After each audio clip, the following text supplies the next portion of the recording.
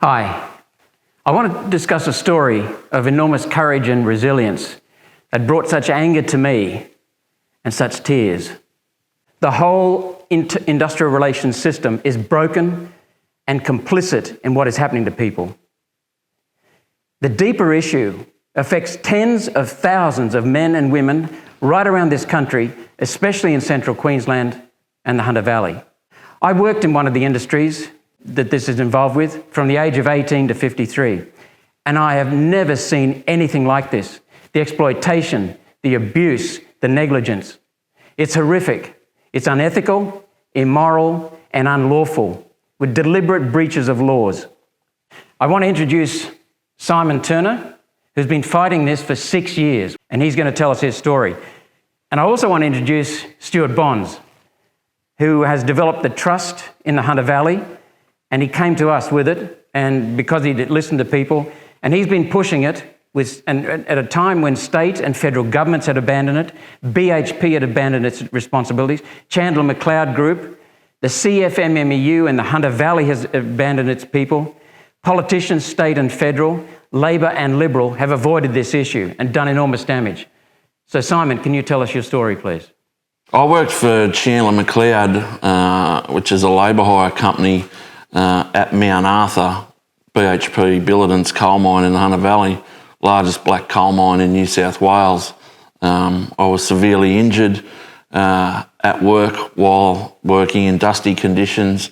I was asked by the BHP superintendent of coal not to report my injury, which was clearly a lost time injury. They asked me to come into work and not report my injury at all, and BHP weren't going to report it. Now, my employer, Chandler McLeod, they didn't report my injury at all, which they both have the same duty of care to report anyone that's injured at work. Now, they can't ask someone not to come into work if they're injured, because that's also a breach of workplace laws, which they clearly don't care about. They just get people to do what they need them to do so they don't record a lost time injury for the mine site. I started at HVO and then moved to Mount Arthur open cut. I enjoyed my job, I loved it a lot. And then one day we were working in conditions that were very dusty. I was hit by the coal digger because he couldn't see me. Now the pit was shut down for dust. We were still operating because they still had to get coal out, as they say. He did not see me as there was too much coal dust, and hit a metre behind the back of where I was operating the truck. And my injuries are swollen discs, L3, 4, 5, pinched sciatic nerve, pinched cluneal nerve, and a lateral tear in one of the discs that's leaking fluid into my spine. And then that nerve damage goes all the way down my left leg. My left leg collapses without any notice, and I just drop. I also have severe depression and PTSD caused by what happened that day. So I'm in the coal industry, so I know what's meant to happen. But do you want to tell us what did actually happen to you? Well, what happened that day, I was taken back into the first aid and emergency area at the mine site. They then called an ambulance. So I was taken to Muswellbrook Hospital via ambulance. Now, I got there and they assessed me. I was sucking on the green puffer whistle for pain. They wanted to do x-rays. The doctor came in and seen me. They gave me some medication for the pain. And they were going to do x-rays at Muswellbrook Hospital, but then they told me that the x-ray machine wasn't working. Someone from BHP then turned up at the hospital and he waited there. The doctor said, righto, you can go. You got to go and have x-rays. We can't do the x-rays here. You'll be off for a couple of weeks. So we go back to the mine site and on the journey back in the car, I was asked if I'd go and meet with the coal superintendent. I said, yep, okay. When we got back there, I met in his office. He said to me, how are you? I said, oh, pretty sore. He said, listen, I don't want you to report this. We've had too many LTIs. That's a lost time injury. He said, don't report it. We're not going to report it. And the way the industry is at the moment, if you report it, you won't have a job. So that's what happened. Then they told me to come into the next lot of rostered shifts that I had, just come into work, sign on. I'd only have to stay there for 4 hours and then they'd send me home and they'd make sure that I got paid. So I went in the following day on day shift for 4 hours. I sat there on a steel metal bench, did nothing. On the night shift, someone came out, the fill-in OCE, and asked me to sign a return to work program, and I didn't even know what injuries I had. I still hadn't had the x-rays. No one knew what was wrong with me, and they wanted me to go back out into the pit and start working. So why do you think they wanted you to come back for the 4 hours? Well, that way, a lost time injury, what we know now is that superintendents and supervisors within the mining industry, their coal bonus is directly related in the amount payable with regards to lost time injuries. So the less lost time injuries, the more bonus they get. So lost time injury is in a day lost when the employee can't come back into work. So when you come back to work, you're counted as being work that day. Yeah. Even though you sat on a cold steel bench sticking stickers on hard hats. Oh, I didn't stick any. I sat there. Didn't stick anything on anything. I actually, in pain. And I was on a fair bit of medication. I went and seen the ambulance guy who was on site there at the mine site full time. He gave me a heat pack. That was it. That's all I had. And then I never went back after that day because I refused to sign the return to work plan because when I looked at it, I didn't know who'd done it. It wasn't done in consultation with myself. It wasn't done with a doctor. I didn't even have a doctor at that time. And my employer, who was supposedly Chandler McLeod, hadn't even spoken to me. So Now, Simon, as I understand it, you've got some graphs, which we're going to put in the video. Can you tell us about those graphs for 2000, on the year of your injury? The year of my injury and the year prior to that and for another 2 years after my injury, the statistics show for LTIs recorded in the mining industry, when I was injured, and I know other people have been injured because they have contacted me, they say there were 0 LTIs. Now, And we've talked to some of those people. yeah, you've spoken to them and they'll come forward and there's a lot of people. 0 injuries at that mine? In the whole Hunter Valley. Not just at that mine, in the whole Hunter Valley. Now, there is hundreds of injuries, reportable injuries, LTIs, where people have not gone to work. Now, the important thing was that those statistics are coming from coal mines insurance and coal services because they're the monopoly insurer for the industry. Now, when my claim has been put through, it hasn't been put through on that. I'm not a coal miner. I'm employed in the New South Wales statutory system. So you don't show up in the mining doesn't show up. statistics. Under the Black Coal Award, as a worker in a coal mine, I know that you're afforded 78 weeks of accident pay under the Black Coal Award and specialised treatment for your injuries. And that's given from the monopoly insurer, which is Coal Mines Insurance. So what did you actually receive? I've been receiving $400 per week from 2 other insurers that first started out as CGU and then changed to GIO, New South Wales statutory insurer. So I haven't received any of the coal mining entitlements of the full wage for 78 weeks. So it's it's below the poverty line, what I've been living on the whole time. Our enterprise agreement had provisions in it for 78 weeks accident pay, which is, straight from the award. Can you return to work? I can't return to work. I've been deemed TPD, so... Totally and permanently disabled. Yeah, I can't work. So your $400 is... $400 a week is for life. That's it. That's all I get. That's $20,000 a year, whereas you were earning about $92,000. So you're in less than a quarter. Yeah, so, and that's had massive ramifications for me personally. So who's paying, if it's not Coal Mines Insurance that's paying you, who is paying? The New South Wales state government has been paying an injured coal miner from the day that I got injured and the claim was filed with CGU. And so that's the uninsured workers? Yeah.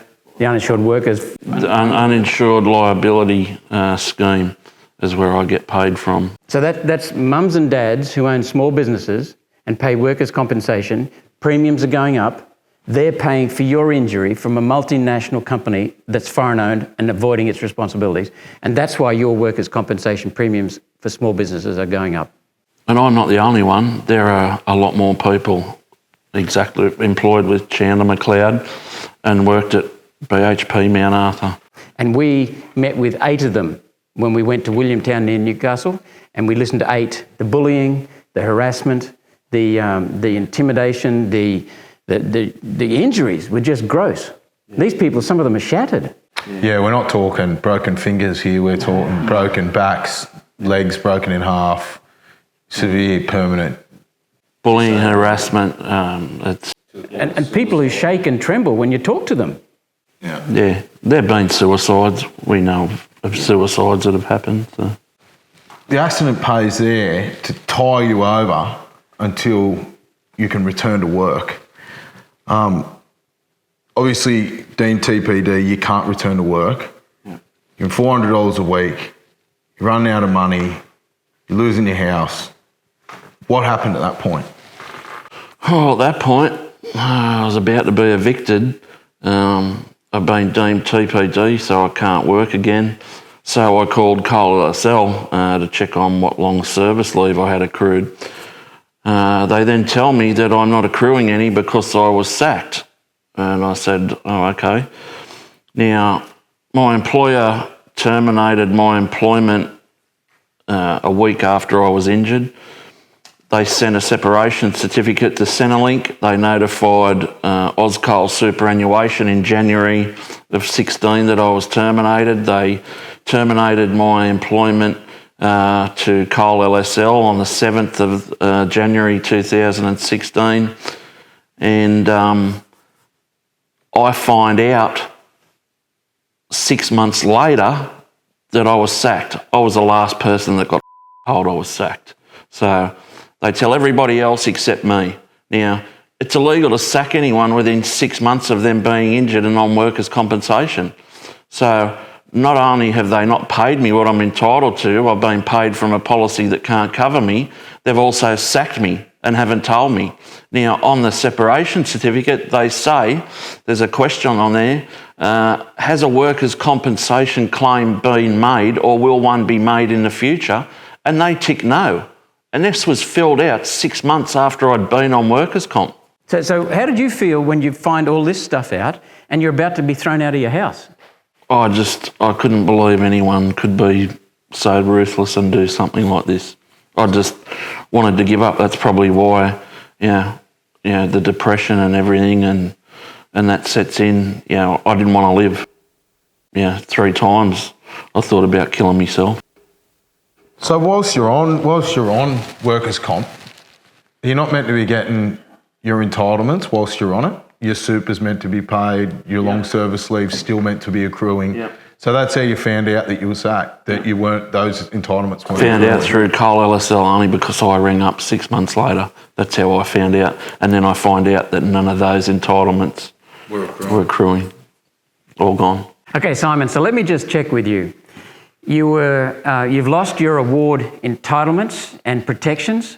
You're 40% underpaid compared with your BHP employees doing the same job, same responsibilities, same duties right next to you, and your coal LSL, long service leave provisions, were underreported.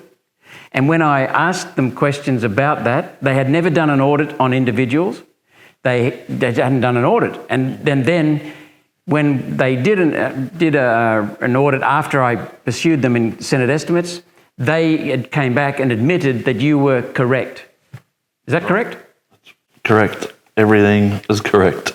So our entire industrial relations system is set up with a series of checks and balances because we have a federal award and we have to make sure the award's a minimum standard.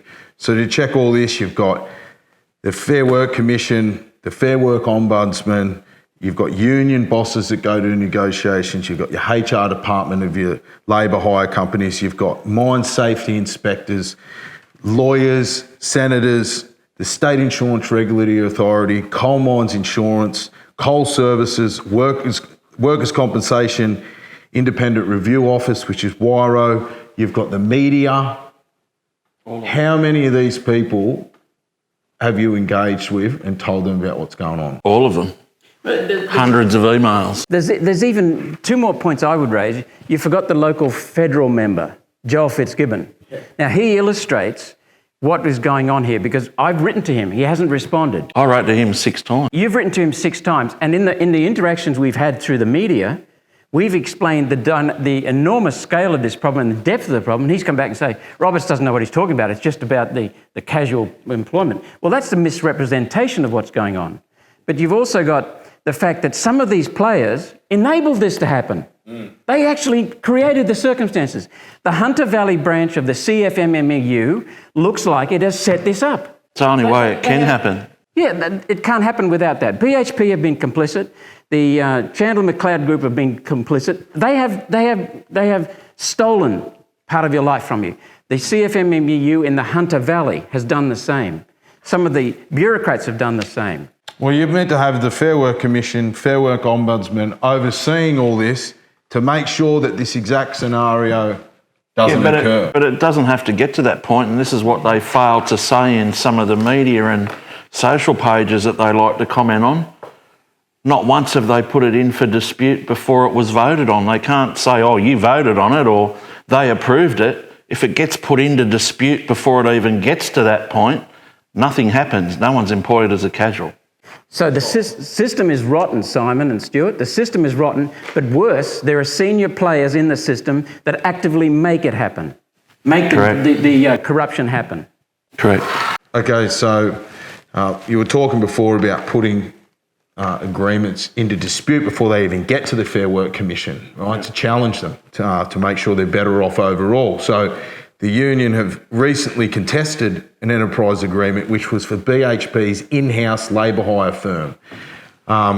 So that was the OS agreement at Mount Arthur Coal, which was exactly the same coal mine that you were employed at, exactly the same coal mine that they have Chandler McLeod still working alongside them, but it was for more money. Am I correct in saying that? Yeah. The Chandler McLeod agreement pays even less than what the OS agreement And the does. OS agreement was thrown out because it didn't meet the better off overall test. Yet there's people being paid less than that working on the same mine site.